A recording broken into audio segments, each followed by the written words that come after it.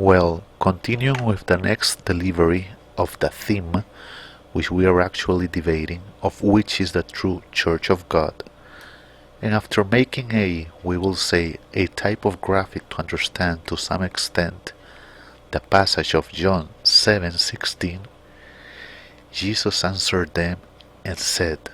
My doctrine is not mine, but his that sent me.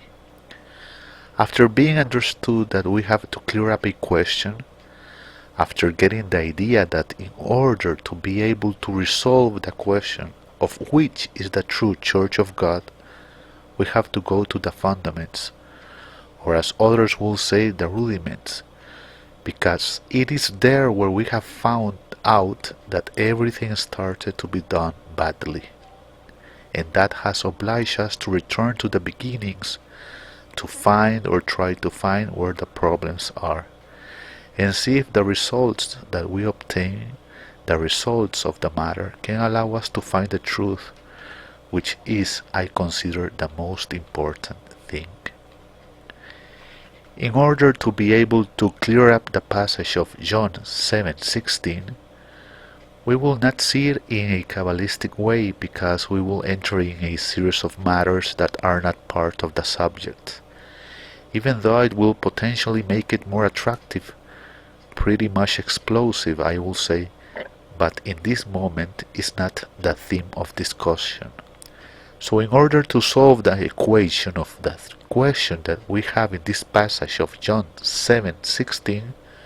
we will use another passage that has to do with Kabbalistic and has to do in some degree with mysticism, but this is neither the idea of the teaching and of the study. Says John 14:24 the following, He that loveth me not, keepeth not my sayings, and the word which you hear is not mine, but the Father's which sent me. I'm going to repeat it because the text of John 14:24 is a text that, if analyzed in depth, it will give us a series of teachings which I believe will be difficult and complicated. It says, He that loveth me not, keepeth not my sayings, and the word which you hear is not mine, but the Father's which sent me. With this text that we have been using, a series of questions are generated to us that will come to complicate even more the panorama that we have before us, because Jesus the Messiah is putting to us a series of conditions that in a Kabbalistic way we understand belong to a rule, and that rule must be fulfilled. On the contrary, if it does not fulfill, it generates a series of uncertainties. But the most, we will say, transcendental, we believe everything written there is transcendental, but the most transcendental to us is our search today that has to do with this revelation that Jesus the Messiah does in relation to this ministry, teaching that the Messiah brought to the earth, and this calls our attention because according to the Messiah, according to what the Messiah tells us, the Messiah between lines is telling several things to us, but we will only take from that many things only one for the purpose of this study, and is that the Messiah in John 14:24 is revealing to us that the structure, that the architecture, that the design of this new faith comes from the Father, comes from God Himself. So this generates us a series of uncertainties, a series of questionings, of doubts, of questions regarding the manifestation or the revelation that Jesus the Messiah is giving us. Because in the becoming of the religions, it is taken as a fact that He came to represent someone, but that His words and His doctrines were His. But according to the Messiah, He's telling us that the words and the doctrine is from the Father. This calls our attention very powerfully because the Messiah comes to a Jewish religion, and Jews by nature and characteristic define their faith as coming from God.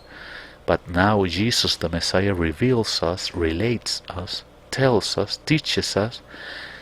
that this new doctrine, because it is new, this new teaching, this new faith, these new words, put the term that you like, come from the Father. We in the Church have God Father within His functions, attributes, faculties, and we can say many things. We have Him as Creator. So the Messiah is saying us in few words that the faith, that the doctrine, that the teaching, that His words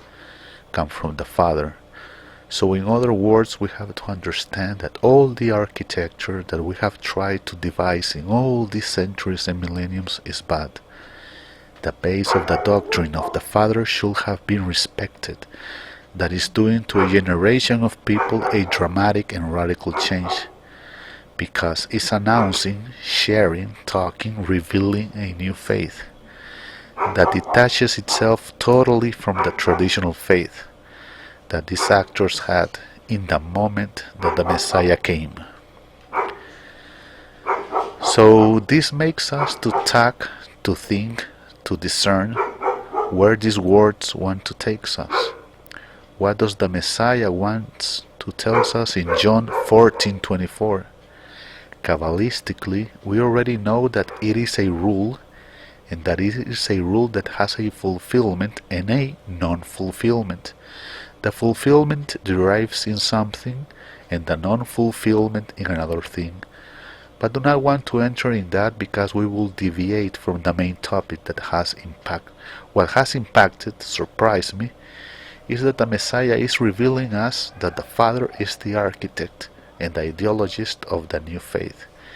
And this new faith is being given, is being shared, is being deposited by Him to a new generation of people, so that they untie from the traditional religion to follow a different, a distinct path.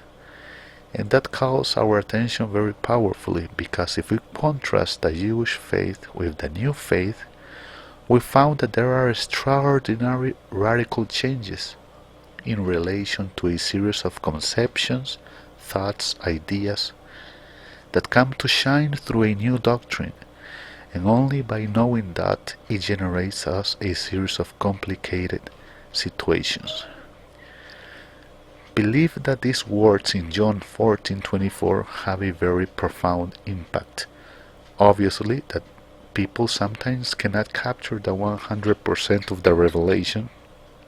because some people are in one thing, others are in other things, and another people are in another thing. But this text is strong,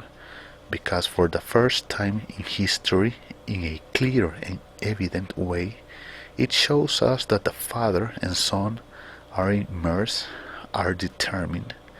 that they took a decision, that they have standardized criteria in relation with this new faith,